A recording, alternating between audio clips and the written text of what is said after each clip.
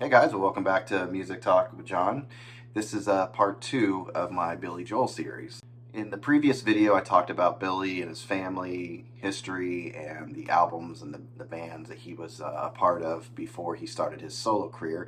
If you haven't seen that video, you might want to check that out before you get into this one. Up to this point, Billy was involved with three different bands: the Lost Souls, which he joined when he was just 15 years old, the Hassles, and the heavy metal band Attila. The only recordings that I know of for the Lost Souls are found on this box set, My Lives, and those songs are My Journey's End and Time Again. The recordings on this are a little bit rough, but it's a cool way to kind of get an idea of what Billy sounded like when he was just 15 and basically starting off his musical career.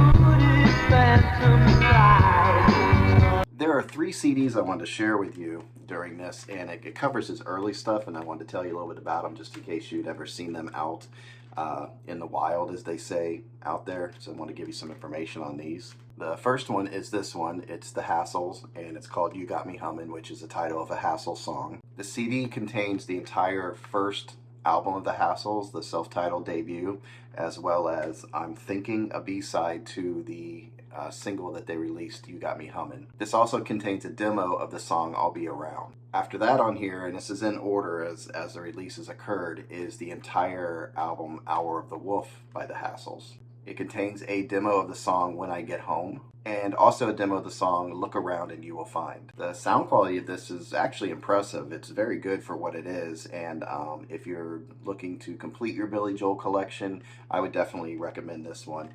The label is Razor and Tie, so I don't know if this is a bootleg or what it was, but it's actually very good quality. The inside has the front cover of the original Hassles first album release, and it just gives you some decent information about the album, some pics of the band. You got Billy there, so it gives you some pretty good information about the Hassles, and right there. So, and again, there's that, and the front cover. The second CD is Rollin' Home, which is an Attila song. It's Billy Joel with Attila and the Hassles. The CD contains the entire Attila album, but contrary to what it says here, the Hassles, it does not contain the Hassles. And actually, it contains absolutely no songs with Billy Joel at that point. The Attila part is, but the Hassles part has not even anything to do with Billy Joel. Tracks 9 through 14 on this, which is supposed to be the Hassles, actually contains music by a band called Carlo Trenton and the Demons, and it sounds even more modern than what it should have been, which would have been the 60s. It sounds like a much more modern recording, and it sure doesn't sound like Billy Joel. So I just wanted to let you know about that in case you did come across it. You know the real truth about this. There's actually 3-4 different articles online about this, and they all cite the same thing. The inside of this really contains nothing. It's to me, it's probably truly a bootleg. It's literally just that and nothing on the other side of it, and there's not much to go on the CD. So I'm pretty sure this is just pretty much a bootleg. And this one, Billy Joel, Further Than Heaven, which is a Hassle song from Hour of the Wolf. The CD contains the entire Hour of the Wolf album, and it includes the entire Cold Spring Harbor album, so which I'm going to get into here in just a minute. The audio quality of this is poor, to say the least. It's like a copy of a copy of a copy. It's just distorted and doesn't sound great, so you get an idea. And it's made in Germany, but it's not a good recording at all. It has a booklet and just basically lists the songs right there. CD's decent looking, but I'm not sure what the company was that did this, but that's the CD right there.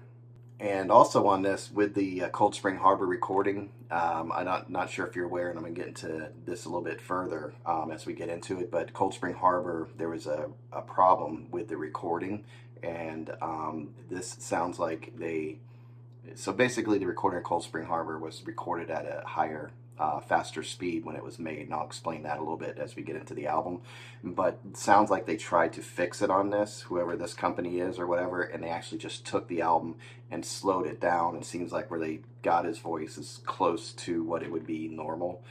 sounding, but it slowed the music down and everything. So we'll get into that a little bit further, but that's just another thing about this that makes it a really bad CD. But I'm just holding on to it because it's just kind of interesting to have, I guess. So the year is 1970, and as I explained, Billy is currently living with his friend John Small, which is the drummer for his band Attila. John is married to a woman named Elizabeth, and they have a small child named Sean. During this time, while Billy is busy performing gigs with John, he's also busy falling in love with Elizabeth. John eventually finds out about it, and he confronts the two of them, and Billy ends up with not a broken nose, but a nice sock to the nose. After that whole thing, Billy's booted out of the house, and Elizabeth, she takes off. So at this point, Billy is basically homeless, he's heartbroken, and it's a low point in his life. He's actually feeling suicidal at this point. So Billy takes a bunch of pills, and he ends up in the hospital where he has his stomach pumped. Once he wakes up from this experience, Billy feels even lower than he did originally because he's like, man, I can't even commit suicide. That's how bad things are. He was very self-loathing at that point. So a few weeks later, you would think Billy, is getting better, but he's still in depression, feeling bad about everything. So he decides to take himself off or out of this world with drinking Old English furniture polish. Interesting, right? I guess it was the only thing available for him to get a hold of and try to kill himself with. And he said really that didn't do anything to him. He didn't really even get that sick. It just gave him a lot of gas that he had to pass. So after that second failed suicide attempt, Billy's like, I need to do something here. So he ends up checking himself in to a mental hospital for 3 weeks. And I would go over and knock on the nurse's station and go, hey, I'm okay. They're crazy, but I'm really okay. Sure you are. Here's your pills. And you had to stay there for 3 weeks. So after 3 weeks, I got out. It was the best thing I ever did, really, because I never really felt sorry for myself after that. After his stay in the hospital for the mentally ill, Billy goes and he lives in Oyster Bay, Long Island, and he starts sitting at the piano and writing songs at this point.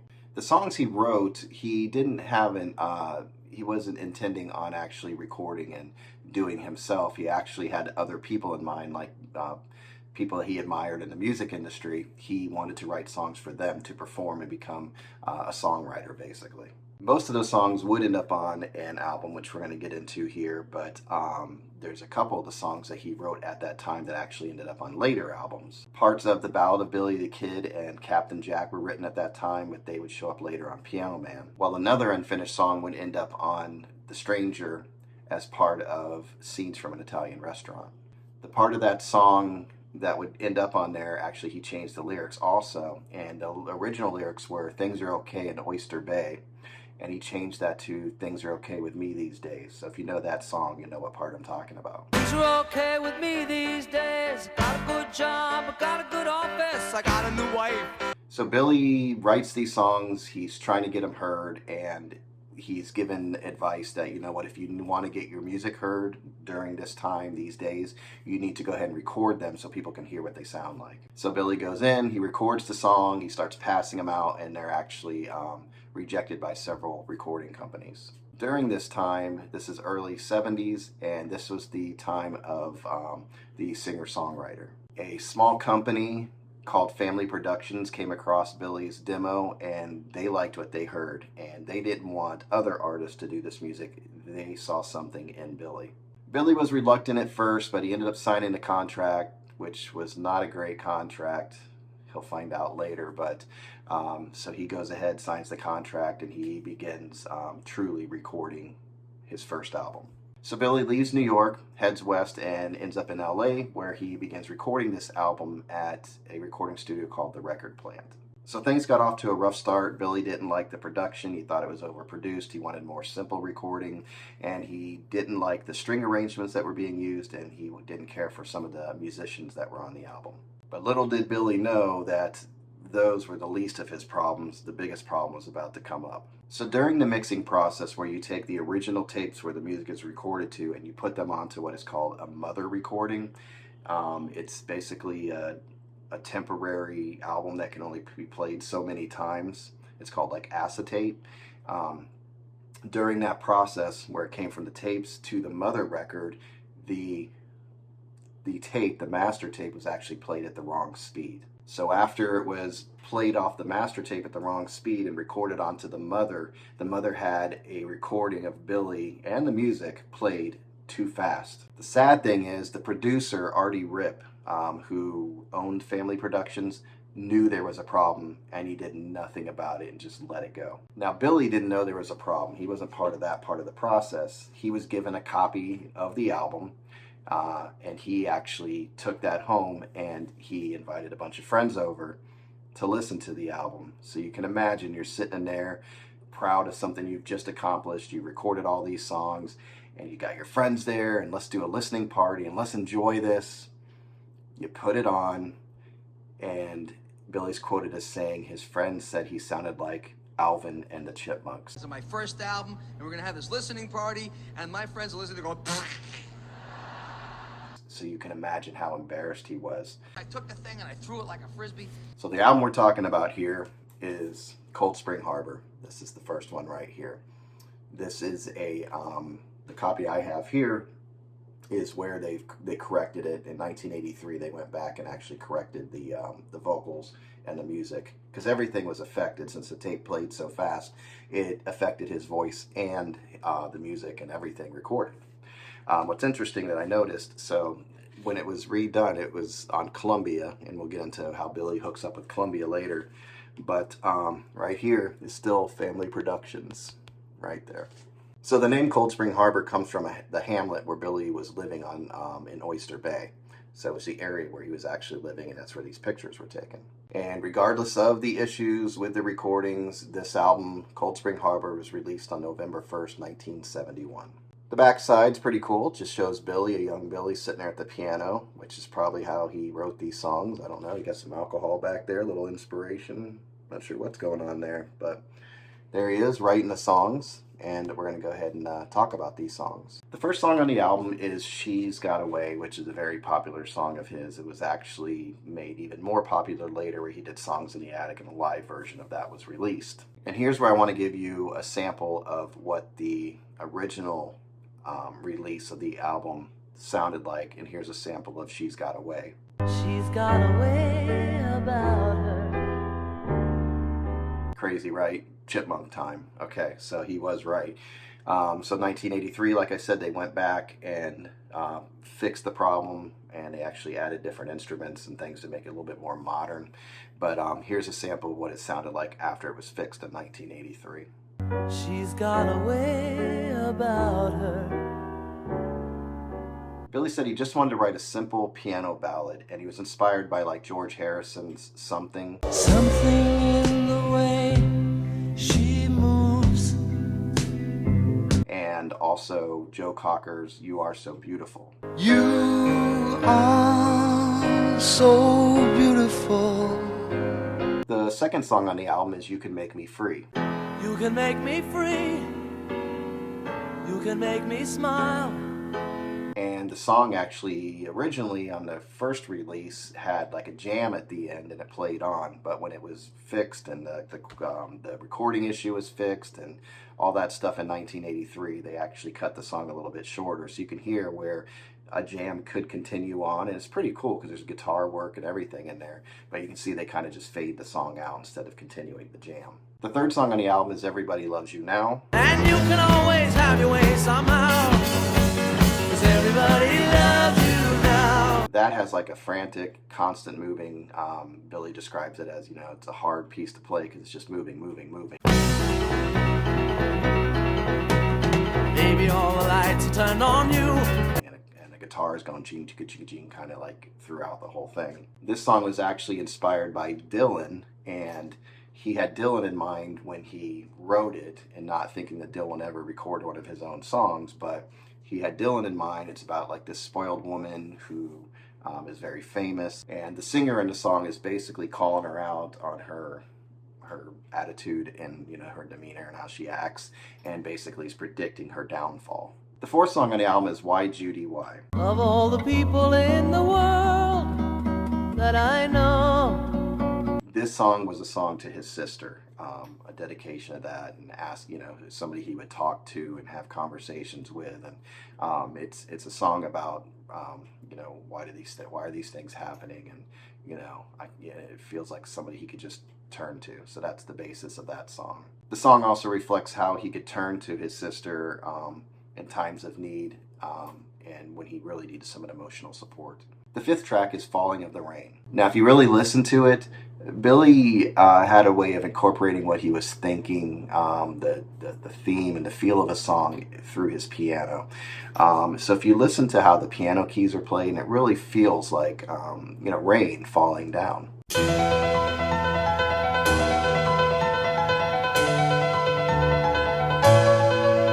The song has sort of a picturesque feel to it, fairy tale feel, and it actually starts with Once Upon a Time. Once upon a time in the land of misty satin dreams. The song to me feels like it's talking about missed opportunities. If you see the relationship with the boy and the girl and you look at those lyrics, and also the passing of time. Then we have side 2, the 6th song of the album, Turn Around. Turn around, turn around.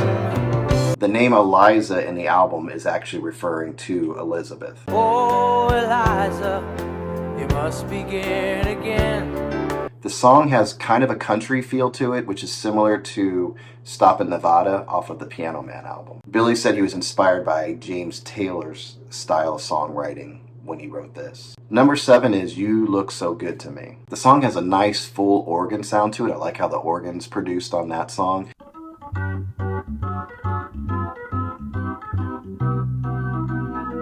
It's kind of like a happy-go-lucky guy who's in love and he wants to tell you all about it. Ah, you look so good to me. The 8th track is Tomorrow Is Today. 'Cause tomorrow is today.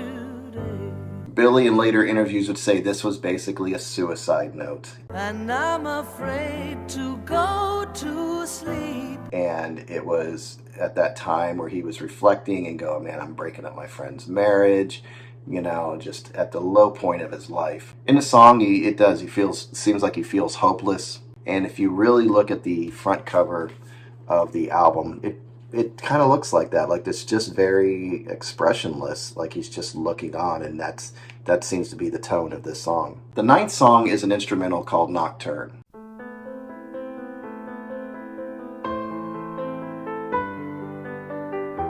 Now, to me, I think it's interesting the 3 songs that he ends this album with, which is Tomorrow Is Today, Nocturne, and Got to Begin Again. Where Tomorrow Is Today was that suicide note. It was the lowest of low points in his life. Nocturne, if you listen to it, it has this sort of awakening feel to it to me. Like he's coming out of that. He's coming out of that depression and all that bad stuff and just trying to heal himself.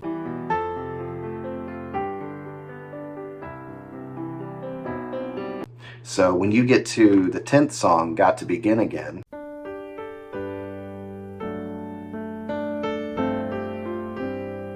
it feels like a song of hope. Like he's gonna begin again. He's not sure how he's gonna do it, but he knows he has to. So that's why I think those 3 songs are pretty interesting, where it's, again, the depression and Tomorrow Is Today, Nocturne coming out of that, and Got to Begin Again is where he's trying to just get the funk off of him and just begin again and try to figure this out, although he has no idea how to do that.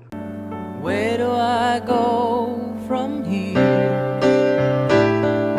One thing I noticed about this album too, in Billy's voice, it seems to have a vibrato in almost every song that I don't notice in any other of his recordings. So I don't know if that was because of the issues that they had with going from the Master to the Mother record, or if that's just how his voice was at that time. So after the album was released, Billy toured briefly in 1971 in order to promote the album. In the end, it was a failure. The tour made little money and very little albums were actually sold. Now somewhere along the line, get it? If you're a Billy Joel fan, you know what I just did there. But in the morning they'll be hell to pay somewhere along the line. Billy reunited with Elizabeth, and they actually were living in a place that was paid for the record company, his record company at the time, Family Productions. So one day the landlord comes knocking on the door looking for rent. Billy's reading the writing on the wall. He's like, this is not good. They don't have money to even pay my rent.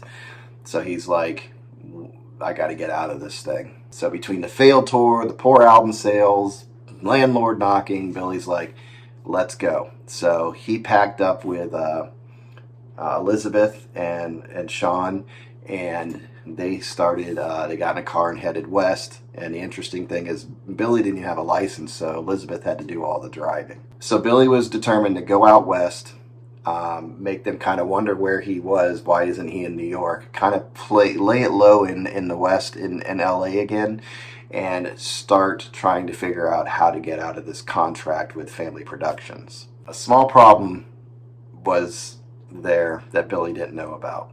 Billy just assumed that John, the father of Sean, Elizabeth, I don't know if they were married at the time still or not, he assumed everything was cool and that John knew that they were heading west with his kid. But that wasn't the case. If you're curious to know more about this, that's going to be in the next video. Please leave a comment below. Let me know what you think about this video, if there's any more information about Billy and his early career and Cold Spring Harbor. And until next time, I hope you guys enjoy your music and you take care out there, all right? Bye.